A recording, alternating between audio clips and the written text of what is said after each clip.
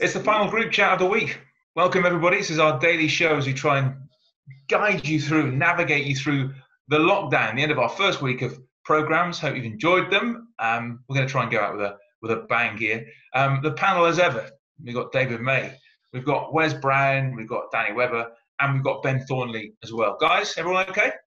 All good, mate. Morning. Yeah, good, Stu. First thing we've got to do, Ben, because we forgot to do it yesterday, a message that you wanted to say to everybody, an important message, and we forgot yesterday, so the floor is yours. Yeah, no problem, Stu. Morning, everybody. Obviously, we had Anthony Croller on yesterday, and somebody that we both know well, Steve Donoghue. Now, Steve is a founder member of the Stretford Enders Worldwide, and they do some great work.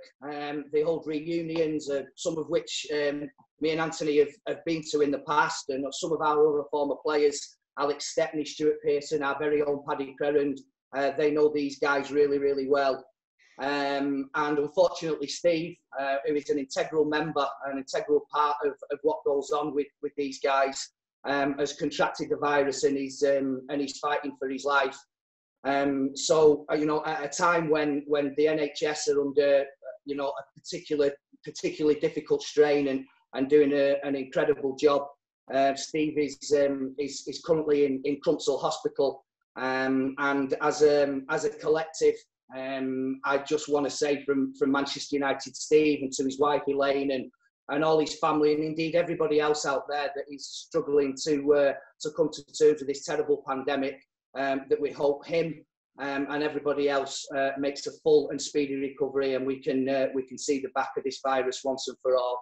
But I just wanted to say that to Steve because he has a lot of credit out there with everything that he does. I've met him; he's a great guy, and as a collective, like I said, for Manchester United, we hope that him and everybody else makes a speedy recovery, and all the best to his family as well. Thank you. Yeah, no, all the best, Steve. Ben. Good luck, man. Well done, Ben. Yeah, very well said. Very well said. On an altogether lighter note, we're going to start the show by doing one of our favourite things, and that's to look at the YouTube comments from yesterday's programme. Well, there were a few of them. Let's just get through a few of them. One of them said, Teddy's looks younger than in his playing time, which is quite annoying. 54, he does look quite young. Is Croller on the toilet? Was one of them. I know the sound was a little bit echoey, but these are difficult times, so we do what we can. This one is another few weeks of isolation, and these group chats will start to resemble One Flew Over the Cuckoo's Nest therapy session. I think you're right. And Michael says, interview Roy Keane as well. We'd love to do it. Who can sort that out? Well, you can sort that out, can't you? Maisie? I don't know, mate. Don't know. No? I can send him a text. Whether he'll answer it, I don't know. I'd love to see the response as well. Well, yeah, we'll try. Do you know the Liam Miller? Yeah. The tribute for him. Yeah. It was a World Cup. I think it was a World Cup at the time. And Keane sent me a text totally out of the blue. Didn't have a clue who it was. Maisie, do you fancy playing in this game? If you do, give us a shout. Roy. I went, who's Roy? Yeah, probably the best looking midfielder you've ever played with. Just before we bring our guest on today as well, something I picked up on listening to Gary Neville's interview he did with Sky Sports yesterday. Really interesting one where he said that he played for United for 20 years and never once in that time did anybody show any interest in him. No team ever tried to buy him. No one was ever interested in it. He never had a chance to leave. He never wanted to leave, but no one ever came in for him. I was just interested in you guys, probably not Danny and Ben, because I know you left at a young age United, but Maisie, did you ever have a chance to leave, man? Did anyone ever come in for you at any point in your United career? No. The gap, it's funny that I don't know if it's true or not, but it's pretty similar. The Gaffer told me there was a few clubs, but I won't say his exact words, but he said you're not something leaving, you won't be leaving. But he never actually told me who they were, and I never really was bothered about asking, if I'm being honest. So officially, I don't actually know. No, you wouldn't have gone anyway, would you? No, not at all. I was at home. Yeah. Well, he did get a Sunderland. Are you watching Sunderland Till I Die on Netflix? I watched it all yesterday. I still know quite a lot of the staff there. Yeah. Still a lot of the same. So, obviously, some of it's sad. I think the first one was worse than the second one, to be fair. Yeah. But it's a good watch. Yeah. No, it's fantastic. Do watch that if you can, Sunderland Till I Die. Right, we want a fan to join us today, as you might have seen on yesterday's show. And Maisie, does he look nervous enough, that fan? Yeah. We wanted to join. We're going to introduce Mark Brent, who's the fan. He goes to Eccles College, but he was nominated for this show by his coach from the Man United Foundation, Lewis Grimshaw, and they both join us now. Lewis, first of all, how are you, mate? You okay? Yeah. Good morning. We're good. How are you? We're good. We're good. I want to know why you nominated young Mark for this. I've known Mark since he was in year 9 at Loretto High School, and he's since then he's a massive Red. So it'd be interesting what he doesn't know about Man United, but he's always sort of put himself out there to help out with the foundation through various projects, being in the high school and also Street Reds. And now he's gone on to further his studies in football at Eccles College with the foundation as well. So I think, he's massively valued by the foundation for what he's done. So, and all credit to him, really. But he's underpaid. How does it feel to hear that, mate? It's nice to hear, but more credit to him than me, really, because when he came in, he really turned me around and got me back on the right path. So fair play to him, not me, really. Well, both. What does he do? How did he help you? Well, I wasn't having the best time at school. I was struggling. I was getting in more trouble in year 8 than I probably should have been.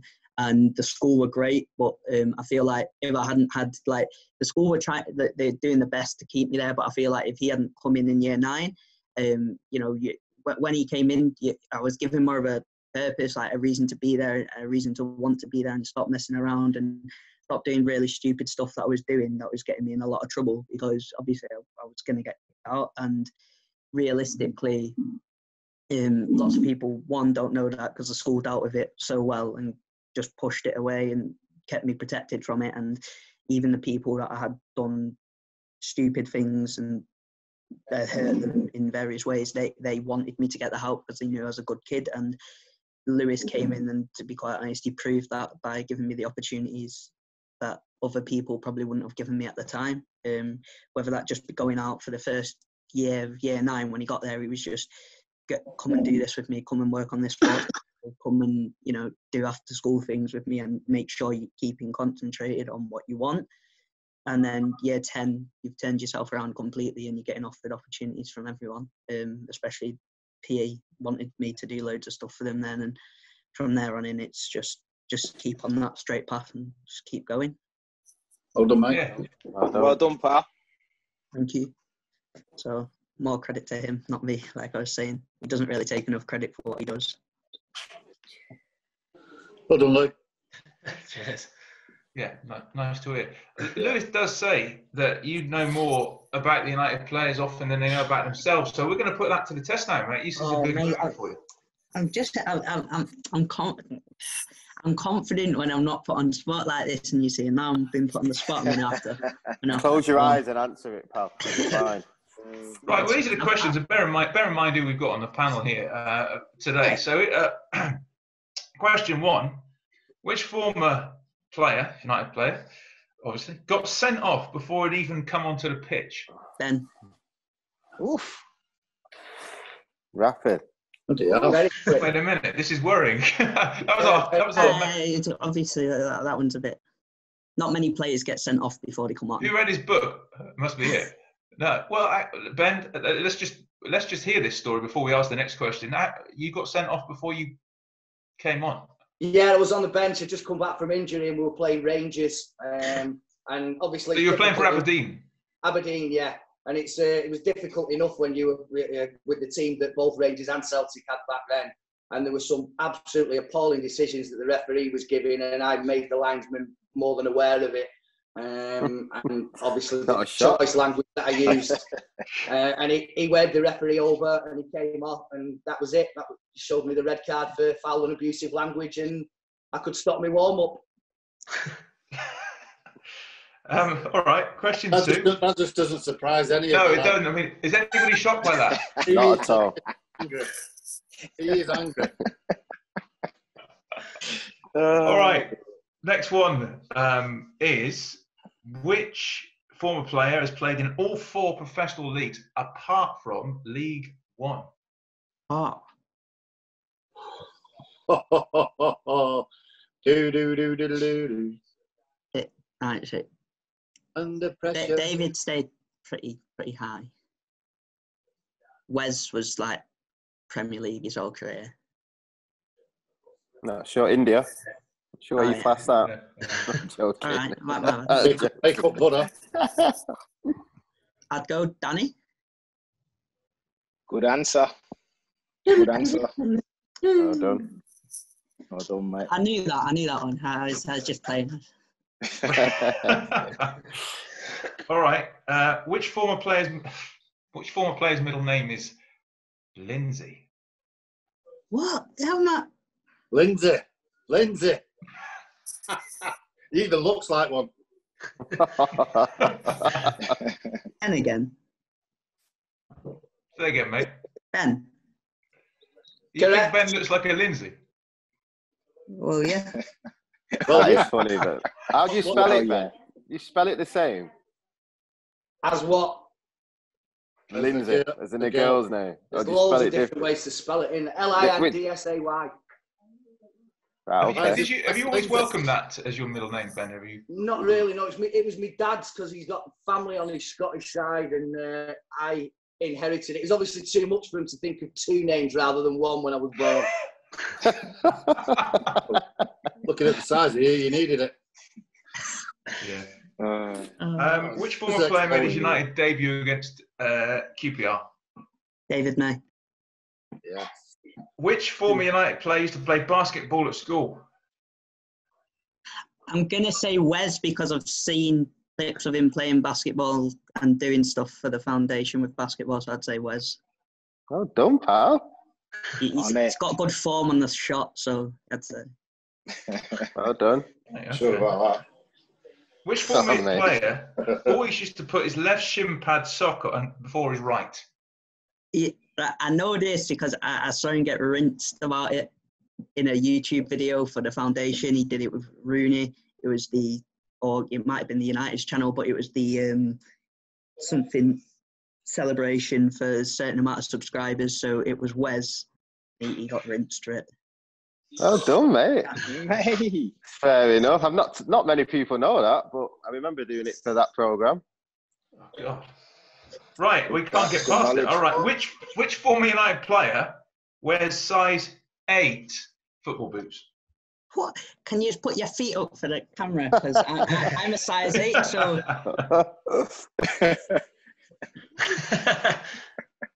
David, off the fact that he put his foot up. Bang on, mate. Bang on. And this one, which former United player had a loan spell at Port Vale in 2001? Danny Webber played 4 games, scored no goals.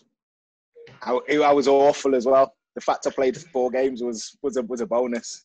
I went there and thought I'd be great, and I got kicked to death. I was horrible. So, that wasn't the highlight of your career then, no? Nah, you know what? It was one of the biggest learning curves in my career. I just made my debut for United, and at Stadium of Light, and I remember walking in the next day, thinking, "Oh my God!" In your head, it's the biggest thing ever. So I've gone in the next day. And the first person I saw in the corridor was Giggsy, and I thought he'd be like congratulating me and everything. He just went, "Morning," and I thought, "Oh, flipping it." Go in the gym a little bit later anyway. And Gaffer comes in and says, "Oh, you're going on loan?" This was like a week later. Going on loan to. I said, "Oh, where am I going?" I'm thinking I'm going somewhere decent. He went Port Vale. I went, "Oh, right, okay, no problem." Anyway, I went there, thought I'd score a load of goals, and I was horrible, like horrible. Brian Horton tried to extend it by 2 months, and I just said, "No, I'm going back to United." It was that bad. I was that bad, but I learned a lot. It was probably one of the biggest, steepest learning curves for me ever. So it stood me in good stead. Well, you got all them right, Mark. But is there anything you want to reveal to the lads about why you got them all right? Anne's just sent to me before, so I just read through them and Googled it. Oh, good. He's a good actor, though, isn't he? He's a Not good sure. He's touching his face a lot. Yeah. A lot of movement. All right, thank you for that, guys. We're almost out of time. Before we go, we must talk about the latest Match Rewind poll on the Manchester United app. 4 games to choose from. This Match Rewind vote, the latest one, the topic is individual genius, okay? The 4 to choose from. David De Gea against Arsenal in 2017, where he made 14 saves in an extraordinary performance. United won the game. Ollie against Forest in 1999, when he scored 4 times as a sub in the last 10 minutes as United won 8-1. Rashford against Liverpool in 2018, where he destroyed Trent Alexander-Arnold, scored twice in a 2-1 win.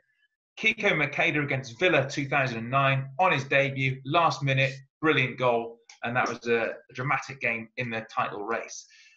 4 to choose from. You've got till 4 p.m. Saturday afternoon. The game will be shown in live on 7 p.m. on Saturday evening. I'm just going to go around it, guys. For those 4, what are you going to choose from, Ben? I'm going to go, because I was actually on the bench myself that day, I'm going to go for Ollie's 4 goals. It's some feat to do that anyway, but to do it in the amount of time that he did was fantastic. So it could have been you, but it was Ollie in the end. Yeah, it definitely wouldn't have been me. Dan? Flipping it, yeah. No, probably Ollie's 4 goals as well. But as a striker to come off the bench and bag 4 goals in that way, you know, it don't matter how poor the opposition, you still got to do it. And, you know, different class for me. So, Ollie. Dave? I was on the bench with Ben that game. Don't really remember that time. I did. Ollie, 4 goals in, how long was it? 10 minutes? 10 minutes, yeah. And just unbelievable strikes as well. Not easy tap-ins. Where's... I'll go for David De Gea. Oh, okay.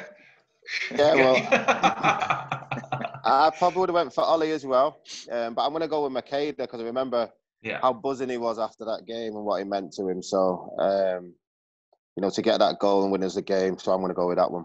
Actually, let's get Lewis and Mark as well to give us the answer, to give us what they would choose for this Match Rewind. Mark? I'd go with the De Gea game because I remember watching that and really thinking that he shouldn't be doing the things he was doing. Really, I can't go for that game, Stu, because I'll just be hammering the defence, and I don't want to watch it. Lewis? I'd probably go with with Rashford going against the Scousers. I think probably making a name for himself there. Well, listen, Mark, you've been brilliant. Mark and Lewis, fantastic. Yeah. Thank you so much well for done, joining lads. Well done, lads. Oh, thanks for having us.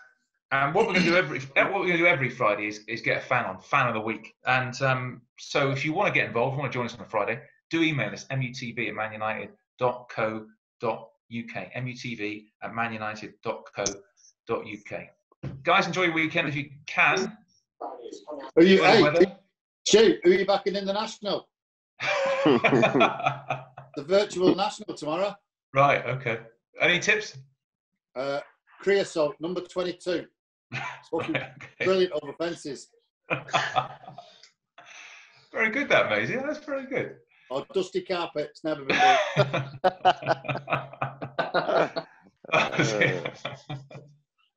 Right, anyway, listen. Have a great weekend, everybody. I know that weather's going to be nice, but you know what the message is? Stay safe, stay at home. And we'll see you again next week. Thanks for coming this week. We'll see you again soon. Bye, everybody.